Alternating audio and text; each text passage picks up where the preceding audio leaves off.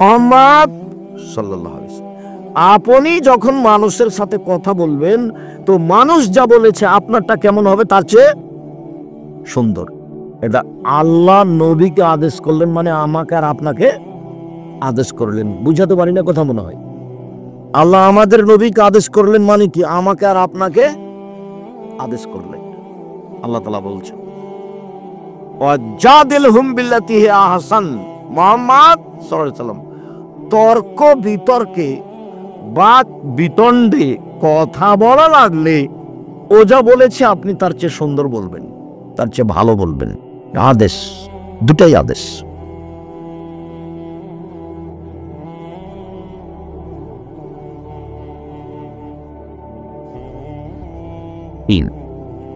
মুহাম্মদ সাল্লাল্লাহু আলাইহি ওয়াসাল্লাম, শুনুন, আল্লাহর পক্ষ থেকে বলে দেয় যে আপনার স্বভাবটা নরম, আপনার স্বভাব কর্কশলে লানফাকদু মিন হাওলেক, আপনার পাশ থেকে মানুষ সরে যেত, কে আপনার পাশে আসতো না।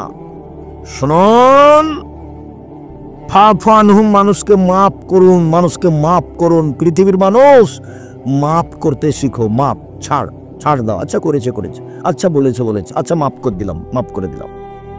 যখন যে জেলাতে যায়, খালি গাড়ি থেকে নামলে কেউ এসে বলবে অনেক কথা আপনাকে বলেছি, মাফ করে দেন। ঠিক আছে, দিলাম। অনেক গালি দিয়েছি, মাফ করে দেন। কোনো সময় দুইজন তিনজন বলে, দেখি কোনো সময় গাড়ি থেকে নামার আগে প্রস্তুত হয়ে আছে খালি এই কথাটা বলার জন্য। কতদিন যে মন ভরে গালি দিয়েছে, নামার সাথে সাথে বলে যে অনেক কথা বলেছি, মাফ করে দেন। ঠিক আছে, দিলাম। কেন গালি দিলেন, দিবেন কেন বলতে চায় না, ওই পাতায় পড়ি না, বলেছে বাস, যথেষ্ট। মুহাম্মদ সাল্লাল্লাহু আলাইহি ওয়াসাল্লাম, মানুষকে মাফ করতে শিখুন, মাফ করুন, মাফ করতে শিখুন। এই ভাষা তার জন্য চলবে না। মানুষকে মাফ করুন, ওয়াস্তাগফির লাহুম, শুধু মাফ নয়, আপনাকে গালি দিয়ে যে পাপ করেছে আপনি এখন আল্লাহকে বলেন, আল্লাহ তুমি ওকে ক্ষমা করে দাও। দল সংগঠন করিয়েন না একদিনের জন্য, একদিনের জন্য কোনো সংগঠন করিয়েন না, নাহলে আপনার সাথে যে আছে সে ভালো, আপনার সাথে যে নাই সে খারাপ।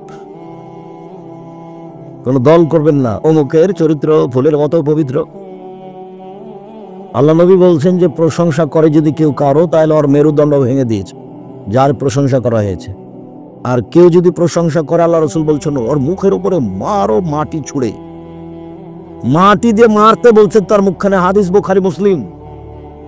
যে প্রশংসা করছে ওর মুখের উপরে মাটি দিয়ে মারতে বলছে আল্লাহ নবী। কেউ কেউ যখন খুব বেশি করে বলে আমাকে আব্দুর রাজ্জাক বিন ইউসুফ অমুক তমুক কিসের বলছে, সভাপতি পরিচালক কত যে বলছে, তখন আমি বলি আমার নাম আব্দুর রাজ্জাক, আমার বাপের নাম ইউসুফ, বাপ বেটা মিলে আব্দুর রাজ্জাক বিন ইউসুফ। এর যে বেশি আমাকে কাউকে আমি বলিনি।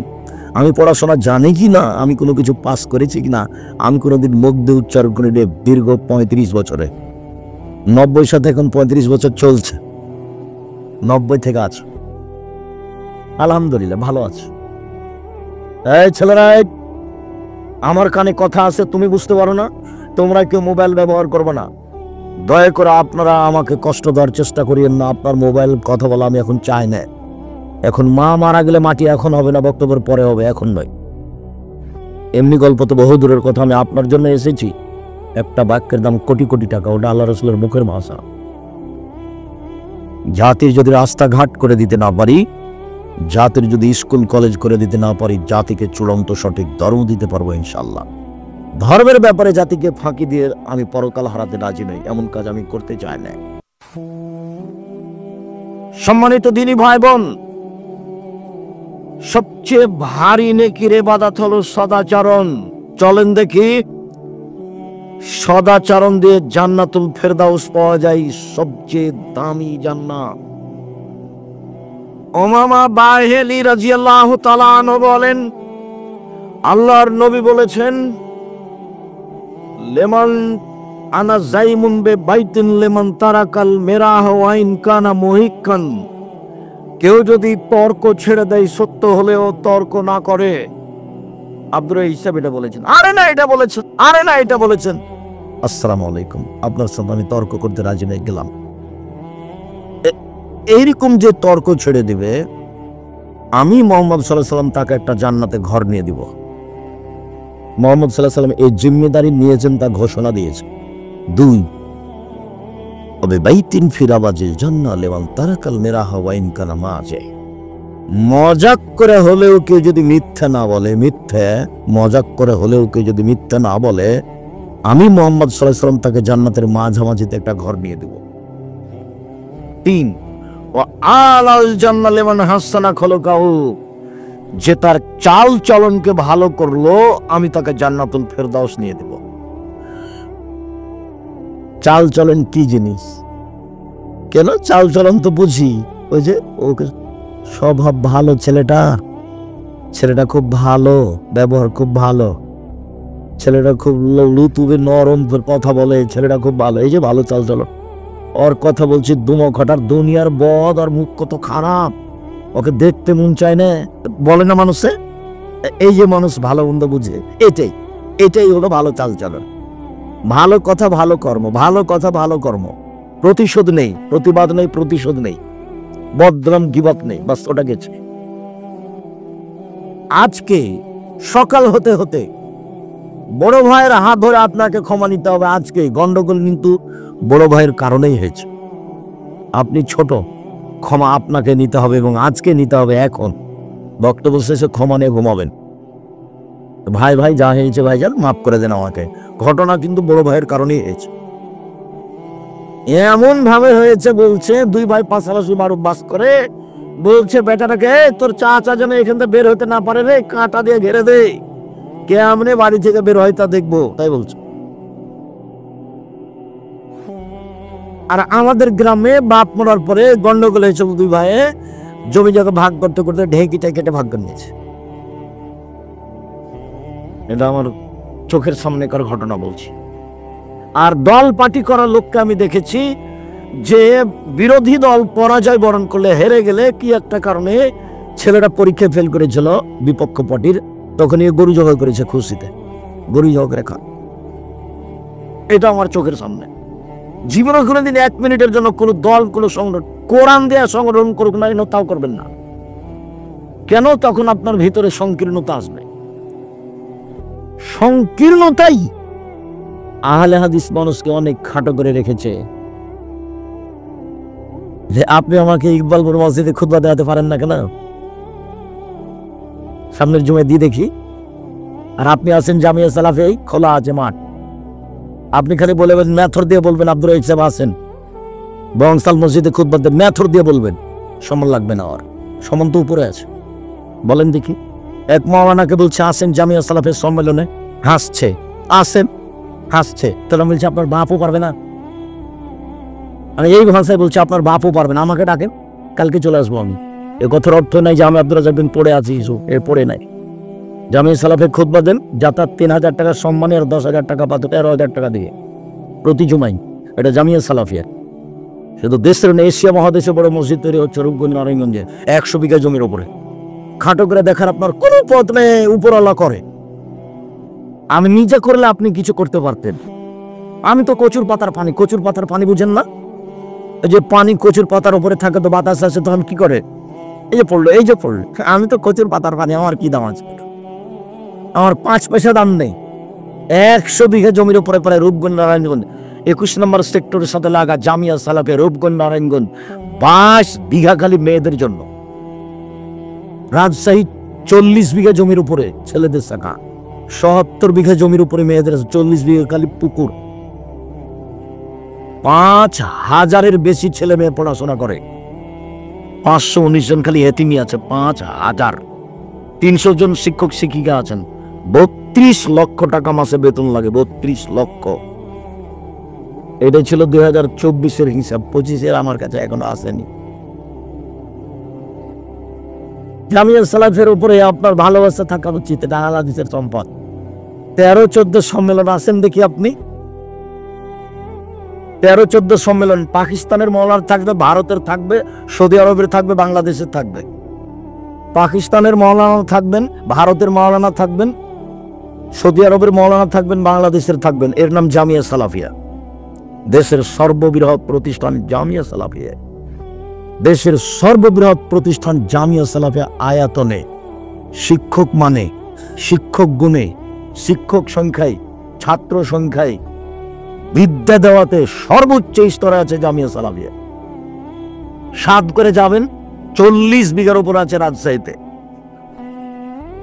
রাজশাহীর মসজিদটা 90% জমির উপরে চারতলা আছে, 90%। উত্তরবঙ্গে এত বড় মসজিদ নেই। আর এটা যেটা রূপগঞ্জে তৈরি হচ্ছে, সেটা একতলাতে 7 থেকে 10,000 মানুষ সালাত আদায় করতে পারবে, 200 শতক জমির উপরে। ওটা আপনাদের নিজস্ব সম্পদ, ওটা অন্য কারো নয়। জামিয়া সালাফিয়ার শিক্ষক কোনোদিন কোথাও টাকা আদায় করতে যেতে পাবে না। শিক্ষক রসিদ বই নিয়ে অপরাধ। কোন শিক্ষক রসিদ বই নিয়ে বাইরে গেলে তার জরিমানা হবে। জামিয়া সালাফিয়া কোনো বৈদেশিক টাকা দিয়ে চলে না। জামিয়া সালাফিয়া কোনো বিত্তশালী দিয়ে চলে না। জামিয়া সালাফিয়া কোনো সংস্থা দিয়ে চলে না। জামিয়া সালাফিয়া সরকারি অনুদানে চলে না। কিভাবে চলে? আপনার 10 টাকা, আমার 20 টাকা, আমার 10 টাকা, আপনার 20 টাকা, এইভাবে চলে। যারা যেমন পারে তারা তেমন দাম করে, এভাবেই চলে। প্রত্যেক দিন বিকালে 40,000 থেকে লাখের মতো বিল আছে, মিস্ত্রি বিল, টিন মিস্ত্রি, রড মিস্ত্রি, কাঠের মিস্ত্রি। মানুষ তো মানুষের তৈরি করা জিনিসের উপরে চড়ে আছে। আমি এমন একটা জায়গাতে আছি, আল্লাহ আমাকে বলছেন তুমি নিজে জমি কিনো, ঘর বাড়ি করো, মাদ্রাসা চালাও, কারোটা ভোগ করতে পাবা না তুমি। তা আমি কি করবো? ঠিক আছে, তাই বানি। কথা বোঝা গেল না? এটা মনে হয় এটা ভালো করে বোঝা গেল না। আবার বলি, তার মানে আমি যে মাদ্রাসা চালাই, তা আমি কারোর তৈরি করা মাদ্রাসা চালাইনি। আমি নিজে জমি কিনে ঘর বাড়ি করে শিক্ষক নিয়োগ দিয়ে নিজে দেখছি, দেখাশোনা করছি। এবার কি বুঝেছেন? আমি কারোর তৈরি করার জিনিস ভোগ করিনি।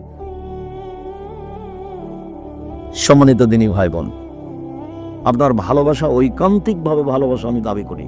দেশের সবচেয়ে বড় প্রতিষ্ঠান জামিয়া সালাফিয়া, শিরক মুক্ত প্রতিষ্ঠান জামিয়া সালাফিয়া, বিদআত মুক্ত প্রতিষ্ঠান জামিয়া সালাফিয়া, হিংসা মুক্ত প্রতিষ্ঠান জামিয়া সালাফিয়া, দল মুক্ত প্রতিষ্ঠান জামিয়া সালাফিয়া, সংগঠন মুক্ত প্রতিষ্ঠান জামিয়া সালাফিয়া।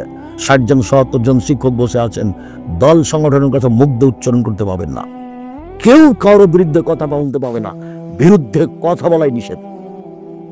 বাস অফিসে বসবে, প্রয়োজনে কোনো কথা বলবে, ঘন্টা পড়েছে, ক্লাসে যাবে। এই 25 থেকে 30 তারিখের মধ্যে বেতন পাবে, 1 তারিখের মধ্যে বেতন নিয়ে যাবে, আল পরিবেন না খাবে।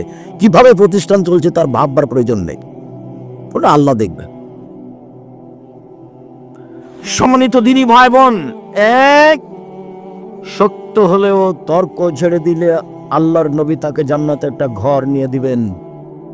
2, মজাক করেও মিথ্যে না বললে, মজাক করেও মিথ্যে না বললে আল্লাহর নবী তাকে একটা জান্নাতের মাঝামাঝিতে ঘর নিয়ে দিবেন।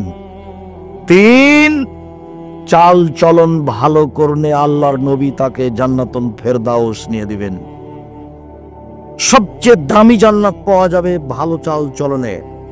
আবু মালিক আশআরী রাদিয়াল্লাহু তাআলা আনহু বলেন, রাসূল সাল্লাল্লাহু আলাইহি সাল্লাম বলেছেন, ইন্না ফিল জান্নাতে গোরাব ইরা জাহিরুহুম বাতিনুহুম জাহিরা। জান্নাতে কতগুলি দামি দামি ঘর আছে, খুব উন্নত মানের পদার্থ দিয়ে তৈরি। বাহির থেকে ভেতর দেখা যায়, ভেতর থেকে বাহির দেখা যায়, খালি টক টক টক টক টক করছে। সাহাবীগণ বললেন, লেমান হাজি, এত দামি ঘর কে পাবে আল্লাহর নবী? তখন আল্লাহ রাসূল বলছেন, লেমান আলানাল কালাম, যার স্বভাব ভালো সে পাবে। নেন এবার, যার চাল চলন নরম সে পাবে।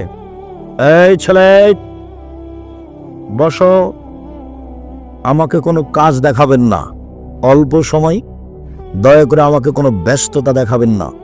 আমি আপনার জন্য এসেছি, আপনি মূল্যায়ন করবেন। কি প্রয়োজন? পেশা লাগলো, পায়খানা লাগলো, চা খাবেন, উঠে যাবেন কেন?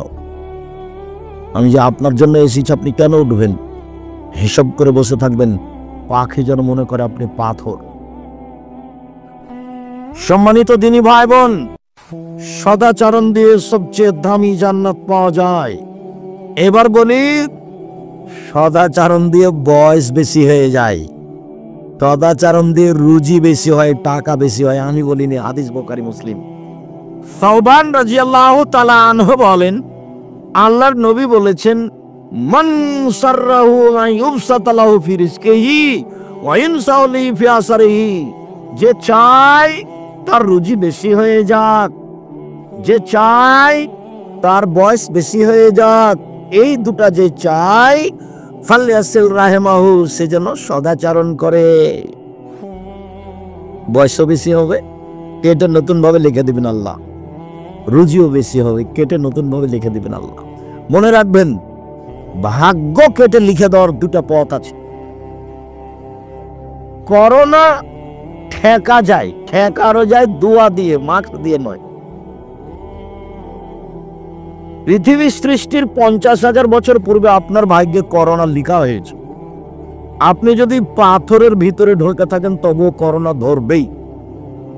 যার কারণে আমি করোনার 5 পয়সা দাম দিইনি। সারা দেশের কোন হুজুর সাথে ছিল তা আমি দেখতেও যাইনি, বরং উল্টা হুজুরের দাপট দেখেছি খুব। আমি বলেছি করোনার 5 পয়সা দাম দিতে আমি রাজি নই। যার করোনা হয়েছে তার সাথে এক প্লেটে খেতে প্রস্তুত। কেউ যদি করোনায় মারা যায়, তার গোসল, কাফন, দাফন, জানাজা আমি নিজে হাতে দিব। ওতে যদি আমাকে করোনাতে ধরে, আমি বলবো না যে এর কারণে ধরেছে, আমি বলবো পৃথিবী সৃষ্টির 50,000 বছর পূর্বে লিখা ছিল আমার নামে, সেই জন্য হয়েছে। আমি ওর উপরে এটা চাপাবো না। আল্লাহ নবী বলছেন 50,000 বছর পূর্বের লিখিত ভাগ্য কেটে দেওয়ার দুইটা পথ। এক, ভালো চাল চলন, বাস। যে রুজি লিখা ছিল কেটে আর একটা দিয়ে দিবেন, যে বয়স লিখেছিল কেটে আর একটা দিয়ে দিবেন। দুই, লায়রদুল কাজা ইল্লা বিদুআয়ে, লিখিত ভাগ্য পরিবর্তন হবে না দোয়া ছাড়া। লিখিত ভাগ্য পরিবর্তন হবে না দোয়া ছাড়া। কান্নাকাটি করে দোয়া করা ছাড়া লিখিত ভাগ্য পরিবর্তন হবে না। তাহলে কি দিয়ে পরিবর্তন হবে? দুই, দোয়া দিয়ে। এক, বলো, ভালো চাল চলন দিয়ে। দুই, দোয়া দিয়ে। মনে থাকবে না নাকি? দুইটা লিখিত ভাগ্য। তোমার তো খালি মনটা চাচ্ছে যে কই টাকা পয়সা হয় না, খালি চাকরি করি তো ভালো চাকরি পায় না, ব্যবসা করি তো খালি মায়ের খাই, মনটাই খুব খারাপ। ভদ্রাই সাহেব আমার জন্য একটু দোয়া করেন। তবে যেখানে লাগি সেটাই শেষ, সেটাতে কোনো জসই পায় না। কি যে হয়, ধৈর্যের পরিচয় দেন, রাতে কান্নাকাটি করেন, হাত তেলে দোয়া করবেন। রাত্রি 10টার সময় ঘুমিয়ে যাবেন, বাড়িতে কার্ফু জারি থাকবে, 10টায় শেষ, 10টায় ঘুমিয়ে যাবেন। ডান কাতে ঘুমাবেন, 3টায় উঠবেন বা 4টায় উঠবেন বা 3:30টায় উঠবেন। সুন্দর করে উঁচু করে কিছু বলবেন, বলতেই হবে। এটাই হলো আসল বলার সময়। বলেই কিছু নিতে হবে। ওরা তো বুঝতে পারে না, আপনারা একটু পাশে যারা আছেন তারা খেয়াল করবেন।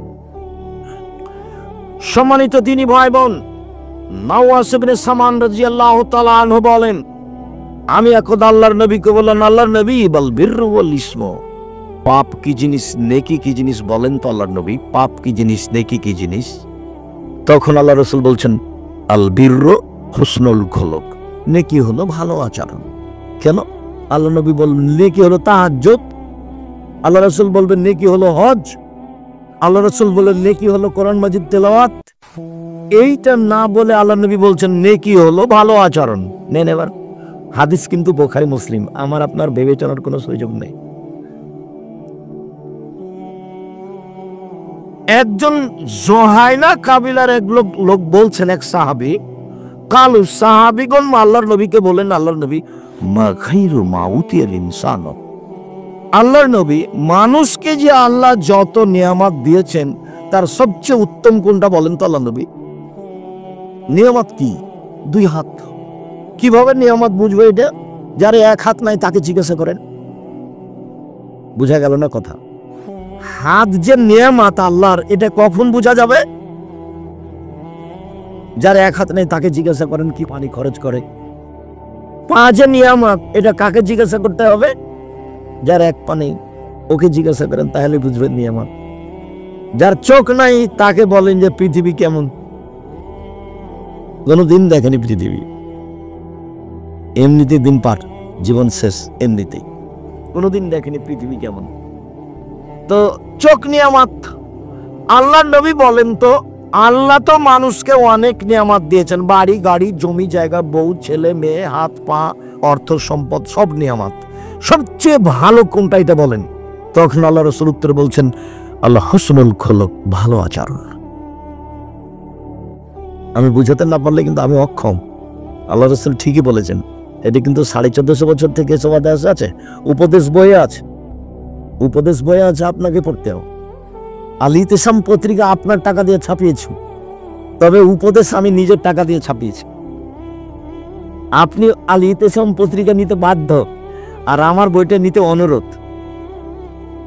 ইতিসাম পত্রিকা আপনার টাকা দিয়ে ছাপানো আছে, 12 জন দেশ বিদেশের বড় বড় মুফতি আছে, 50টা প্রশ্নের উত্তর আছে, তার নাম আল ইতিসাম পত্রিকা। দেশের সর্ববৃহৎ, সর্বোচ্চ, ভালো মানের, সবচেয়ে বেশি প্রশ্নের উত্তরে পত্রিকা আল ইতিসাম পত্রিকা। 12 জন খালি মুফতি, দেশ বিদেশের বড় বড় বিদ্বান যারা মুফতি, একবারে জামিয়া সালাফে বানারসের হেড মুহাদ্দিস, বুখারী পড়ান যিনি, ওখানে তিনি আপনার জামিয়া সালাফে রাজশাহীতে থাকেন, ফতোয়া বোর্ডে তিনি বসেন, তার নাম আল ইতিসাম পত্রিকা। আপনি নিজে পড়বেন, এজেন্ট হিসেবে পড়বেন, নিজে কিনে পড়বেন, আপনার ভিতরে দুর্বলতা থাকে না যেন। বলে যাক, ইকবালপুর মসজিদে আপনাকে খুতবা দিতে পারিলাম, পত্রিকাটা তো পড়ছে আব্দুর রাজ্জাক সাহেব, এটা তো করলাম, এটি হবে। সম্মানিত দিনী ভাই বোন, সবচেয়ে দামি নিয়ামত হলো ভালো চাল চলন। জীবনে কোনোদিন কারোর বিরুদ্ধে মামলা করবেন না, প্রতিশোধ নেবেন না, মাপ, শুধু ছাড় দিয়ে দুনিয়া শেষ, বাস, যা হবে হবে, তাক দিলে যাওয়া হবে। সবসময় ভাগ্যের উপরে থাকবেন, ক্ষমতা দেখাবেন না 1 মিনিটের জন্য। আয়েশা রাদিয়াল্লাহু তাআলা আনহা বলেন, আল্লাহর নবী বলেছেন, ইন্নামাল মুমিন ইয়াজদু বিহুসনি খুলুকিহি দারাজাতা সাইমুল কায়েম। ভালো আচরণ দিয়ে মানুষ বড় বড় 2টা ইবাদতের নেকি পাবে। ভালো আচরণ এমন একটা ইবাদত যে এ দিয়ে 2টা বড় বড় ইবাদতের নেকি হয়। এক, নিয়মিত নফল রোজা, বৃহস্পতিবার সোমবার সিয়াম থাকলে, শাবানের একটানা 15টা সিয়াম থাকলে, যুলহিজ্জার একটানা 9টা সিয়াম থাকলে, মুহররমের 2টা সিয়াম থাকলে, আরাফার 1টা সিয়াম থাকলে, শাওয়ালের 6টা না 7টা, 6টা সিয়াম থাকলে, সব মিলে যত নেকি হয়, প্রতি মাসে 3টে, সব মিলে যত নেকি হয়, ভালো আচরণে তত নেকি হয়। একটা আরেকটা, নিয়মিত তাহাজ্জুদ পড়ে যত নেকি হয়, ভালো আচরণে তত নেকি হয়। নবীর সাথে থাকার একটা পথ হলো ভালো তাহাজ্জুদ পড়লে নিয়মিত। আর এখানে আল্লাহ রাসূল বলছেন, 2টা মিলে যা ভালো আচরণে তা, 2টা মিলে যা ভালো আচরণে তা। বলেন তো 2টা কি কি? 1, নফল সিয়াম, 2, তাহাজ্জুদ। 2টা মিলে যা ভালো আচরণে তা। মনে থাকবে না? এই ছেলে, ঘুমাচ্ছ কেন? এত তাড়াতাড়ি ঘুমাও কেন? আমার দিকে লক্ষ্য করো, মনে থাকবে না মনে হয়। ভালো আচরণ দিয়ে 2টে, 1 নফল সিয়াম, তাহাজ্জুদ, 2 নফল সিয়াম, তাহাজ্জুদ, নফল সিয়াম, নফল সিয়াম, তাহাজ্জুদ, তাহাজ্জুদ, নফল সিয়াম, নফল সিয়াম, তাহাজ্জুদ। মনে থাকবে না কেন? থাকাই লাগবে ইনশাআল্লাহ। আব্দুল্লাহ ইবনে আমর রাদিয়াল্লাহু তাআলা আনহু বলেন, রাসূল সাল্লাল্লাহু আলাইহি ওয়াসাল্লাম বলেছেন, 4টে জিনিস আছে যার, সবকিছু আছে তার, ইহকাল আছে তার, পরকাল আছে তার। 4টে জিনিস আছে যার, জান্নাত আছে তার। 4টে জিনিস আছে যার, সবকিছু আছে তার। একটি হলো হুসনু খালিকাতিন, ভালো চাল চলন। ভালো চাল চলন যার, সবকিছু তার। ভালো চাল চলন যার, সবকিছু তার। ভালো চাল চলন যার, জান্নাত তার। আচ্ছা আব্দুর রাজ্জাক সাহেব, একটু বলবেন, ভালো চাল চলন একটু বুঝিয়ে বলবেন? হ্যাঁ, বুঝিয়ে বলি। 1 মিনিট আমার দিকে খেয়াল করবেন। একদা সাহাবীগণ আল্লাহর নবীকে বলেন, আল্লাহর নবী, আইয়ুল আমালে আফজাল, সবচেয়ে ভালো আমল কোনটা বলেন তো? সবচেয়ে ভালো আমল? তখন আল্লাহ রাসূল বলছেন, মাহমুমুল কলব ওয়া সাদকুল লিসান, অন্তরে নিরাপদ, মুখে সত্য। এটা হলো সবচেয়ে ভালো আমল, উত্তম। অন্তরে নিরাপদ, মুখে সত্য, এ হলো সবচেয়ে ভালো আমল। তো সাহাবীগণ বলছেন, মুখে সত্যবাদী এটা ভাষা বুঝি, কিন্তু অন্তরে নিরাপদ এটা বুঝি না, এটা কি একটু বলবেন? তখন আল্লাহ রাসূল বলছেন, আত্তাকিও আন্নাকিও, তা হচ্ছে স্বচ্ছ পরহেজগার, তা হলো স্বচ্ছ পরহেজগার। তা হলো স্বচ্ছ পরহেজগার।